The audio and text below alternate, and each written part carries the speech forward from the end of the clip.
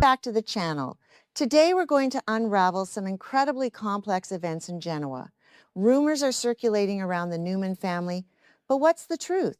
In this video, I'll summarize the plot points that will be revealed in the next episode. Stay tuned to see what happens. Welcome back to our channel for another deep dive into the latest unfolding dramas of Genoa City.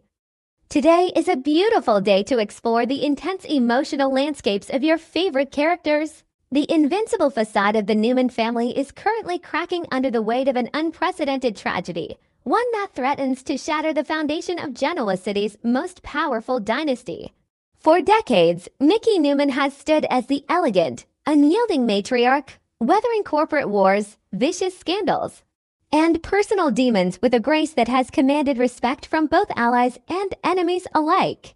However, a suffocating darkness has now descended upon the Newman ranch, bringing with it a horrifying reality that no amount of money or influence can easily fix. As the fateful day of her crucial medical evaluation dawns, a terrifying silence grips the sprawling estate. Nikki is not just facing a routine medical procedure. She is standing at the precipice of a life-altering abyss. The sheer psychological torture of not knowing whether she will ever see the faces of her loved ones again is eating away at her legendary resolve. Will the matriarch of the Newman family find the strength to endure this terrifying ordeal, or is she about to lose her guiding light forever? Victor Newman, a man who has spent his entire life bending the world to his absolute will, finds himself entirely powerless in the face of his beloved wife's profound suffering. In a rare, heartbreaking moment of vulnerability, Victor gathers his children, Nick and Victoria Newman, to share the agonizing truth about their mother's fragile mental state. He confesses, with a heavy heart and a voice laced with uncharacteristic tremor, that Nikki is absolutely terrified that she will be permanently blind. This is a devastating admission for the great Victor Newman, who was accustomed to shielding his family from all harm and solving every problem with a checkbook or a threat. He watches his children absorb the shock, their own faces reflecting the same deep-seated fear that has been keeping him awake at night.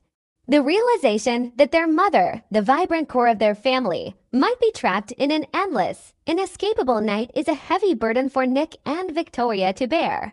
Can Victor and his children construct a strong enough emotional fortress to protect Nikki from her own escalating despair? While the Newman family grapples with this impending medical catastrophe, a sinister shadow continues to lurk at the edges of their fractured peace.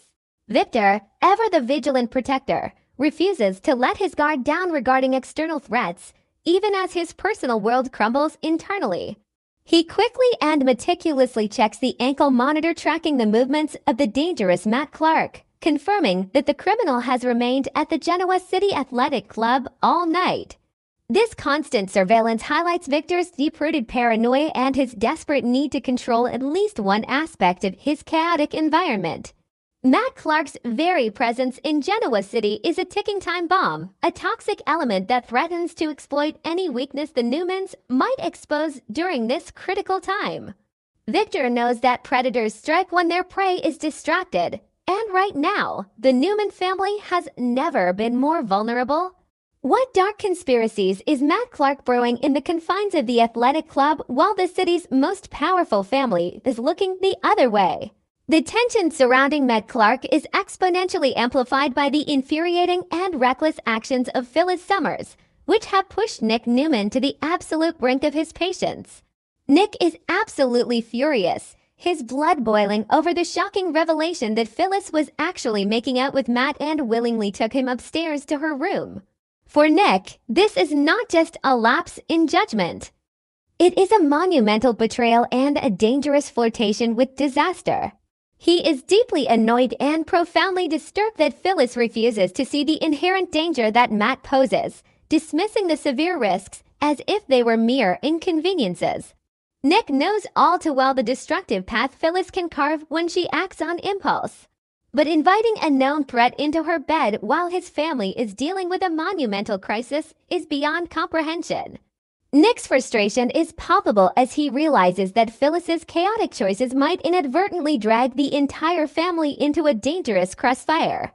Will Phyllis's dangerous liaison with Matt Clark be the catalyst for a violent confrontation that Nick will be forced to resolve? Despite the swirling chaos of external threats and broken trust, the Newman family must unite and focus on the harrowing task at hand, which is Nikki's highly anticipated doctor's appointment. Victoria, Nick, Victor, and a deeply anxious Claire form a protective, albeit tense, phalanx around Nikki as they travel to the hospital. The atmosphere in the car is suffocatingly heavy, filled with unspoken prayers and a shared, palpable dread. Claire, who has only recently found her footing and acceptance within the complex Newman dynamic, is visibly terrified for the woman who has shown her such unexpected grace. Her profound worrying adds another layer of emotional intensity to the gathering, highlighting the far-reaching impact of Nikki's potential tragedy on everyone she has touched. The hospital corridors, usually a place of clinical detachment, feel like the hallways of a tribunal where Nikki's ultimate fate is about to be decided. How will this deeply fractured but fiercely loyal family handle the impending verdict that could change their lives irrevocably? Inside the sterile, cold environment of the examination room, the contrast between the clinical reality and the family's fiery emotional turmoil is stark and unforgiving. The doctor, maintaining a professional yet sympathetic demeanor, prepares to remove the bandages that have been shielding Nikki's eyes from the world. However, before the physical unveiling begins, the doctor delivers a crucial, sobering warning that hangs heavily in the quiet room. He carefully explains that even if Nikki does not see anything immediately after the bandages are removed, there is still a strong possibility that her vision could return gradually over time. This medical caveat, intended to offer a sliver of hope, instead feels like a cruel psychological torture, forcing Nikki to prepare for immediate disappointment while tethering her to a prolonged, agonizing uncertainty. The family absorbs this information in stunned silence, realizing that today might not bring the definitive miracle they have been desperately praying for. Will this agonizing waiting game ultimately break Nikki's spirit before her body has a chance to heal? As the critical moment arrives, the doctor stipulates that only one person can remain by Nikki's side during the actual removal of the bandages, forcing a heartbreaking separation for the rest of the family. Without a single moment of hesitation, Nikki chooses Victor, her rock, her lifelong partner, and the only man who truly understands the absolute depths of her soul. Victoria, Nick, and Claire reluctantly step back, their faces etched with a complex mixture of desperate hope and sheer terror as they leave the matriarch in Victor's capable hands. The room falls into a profound, heavy silence, broken only by the soft, deliberate sound of the doctor snipping away the medical gauze. Every second feels like an eternity, the tension pulling taut like a wire ready to snap under the immense pressure of the unknown. Victor stands steadfast, his commanding presence reduced to that of a desperate husband praying for a miracle he cannot buy or orchestrate. What terrifying thoughts are racing through Nikki's mind as the final layers of darkness are slowly peeled away from her eyes? The physical and emotional climax of this harrowing journey arrives as the last bandage is gently pulled away, exposing Nikki's eyes to the harsh, unforgiving fluorescent light of the examination room. Victor, acting as her ultimate anchor in a spinning, terrifying universe, places his strong, familiar hands firmly on her shoulders, silently transferring every ounce of his strength and love to her trembling frame. The doctor's voice, calm but carrying the heavy weight of destiny, softly instructs Nikki to open her eyes and take in the room. This is the ultimate moment of truth, the fraction of a second where time stands absolutely still for the legendary Genoa City couple. Nikki's eyelids flutter, a physical manifestation of her immense courage battling her overwhelming fear, as she attempts to process the visual information of the world around her. Victor holds his breath, his piercing eyes locked onto hers, desperately searching for any sign of recognition, any spark of light reflecting in her gaze. Will the world come rushing back in a flood of glorious color, or will the shadows claim their permanent, devastating victory? The fragile silence in the room shatters into a million irreparable pieces as Nikki finally opens her eyes, only to be met with an agonizing, impenetrable void that swallows all hope. Her voice, trembling with a profound, soul-crushing devastation, breaks the stillness of the room. "It's all black. I can't see anything." Those 8 words drop like massive lead weights, instantly crushing the fragile hopes that the Newman family had so desperately clung to over the past few weeks. The absolute finality in her tone reveals a woman whose absolute worst nightmare has just materialized into her waking, everyday reality. Victor, witnessing the complete collapse of his wife's world, leans down and tenderly kisses her forehead. A profound gesture of unconditional love that speaks volumes more than any hollow words of comfort ever could. She is utterly devastated, her regal composure completely dissolved into a puddle of raw, unadulterated grief and paralyzing terror. How can Victor, a man who has conquered corporate empires, navigate the impossible task of guiding the love of his life through an endless, permanent night? The long journey back to the sprawling Newman estate is a suffocating, agonizing experience, a stark and painful contrast to the anxious but hopeful ride to the hospital just hours earlier. The luxurious family car now feels like a moving tomb, carrying the shattered remnants of Nikki's former life back to a home she can no longer visually appreciate. Nick, Victoria, and Claire try their absolute best to offer words of encouragement, desperately clinging to the doctor's earlier caveat about gradual recovery. But their voices ring incredibly hollow and desperate. Nikki, trapped in her own personal sensory deprivation chamber, dismisses their optimistic platitudes. Her voice laced with a chilling resignation as she states that she will likely be permanently blind and useless. The family's attempts to uplift her only seem to emphasize the vast, unbridgeable chasm that now exists between their sighted world and her dark, terrifying reality. Will the Grand Newman Ranch, once a symbol of her immense power and social status, now become a gilded cage for a woman who feels she has lost everything? Upon arriving at the ranch, the stark reality of Nikki's new existence begins to set in, bringing with it a heartbreaking shift in the family's traditional dynamic.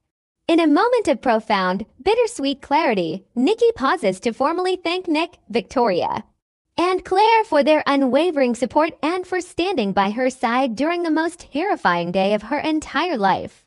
However, this beautiful expression of gratitude is swiftly followed by a firm, unyielding insistence that she wants to go up to her bedroom entirely alone without any physical guidance. She refuses their offers of physical assistance, her fierce independence flaring up as a desperate, instinctive defense mechanism against her newfound, overwhelming vulnerability. The family is forced to stand at the bottom of the grand staircase, watching in agonizing silence as the matriarch slowly, carefully navigates her way upward. A poignant and devastating image of her solitary, terrifying struggle. What dark, unspoken fears and dangerous thoughts are waiting for Nikki in the absolute isolation of her pitch-black bedroom? Once the heavy bedroom door clicks shut, sealing her off from the protective, watchful gaze of her family, Nikki's stoic facade completely and violently crumbles into dust. The overwhelming, suffocating wave of despair that she had been holding back for the sake of her children finally crashes over her, drowning her in a sea of absolute hopelessness. In a sudden, explosive burst of raw agony and profound frustration, Nikki lashed out, violently smashing the large, ornate mirror in her bedroom with a terrifying force. The visceral, shattering sound of the glass is a powerful, tragic metaphor for her shattered self-image, her broken reality, and her painful inability to ever look upon her own reflection again. As the sharp shards of glass scatter across the floor, Nikki collapses, her body racked with deep, uncontrollable, and agonizing sobs that echo the profound loss of her independence and her core identity. Will this violent emotional release be the beginning of a long, necessary healing process, or is it the first terrifying step into an irreversible downward spiral?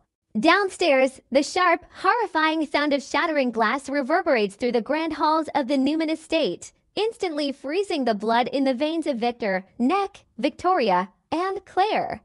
The violent noise is a terrifying confirmation of their absolute worst fears, that Nikki is not just mourning the loss of her sight, but that she is rapidly losing her grip on her fundamental will to live.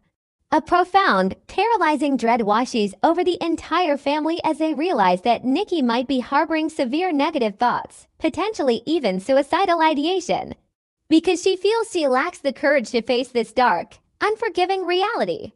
They are acutely aware that the woman crying upstairs is no longer the invincible matriarch they have always known, but a deeply wounded soul standing perilously close to the edge of a dangerous, fatal precipice.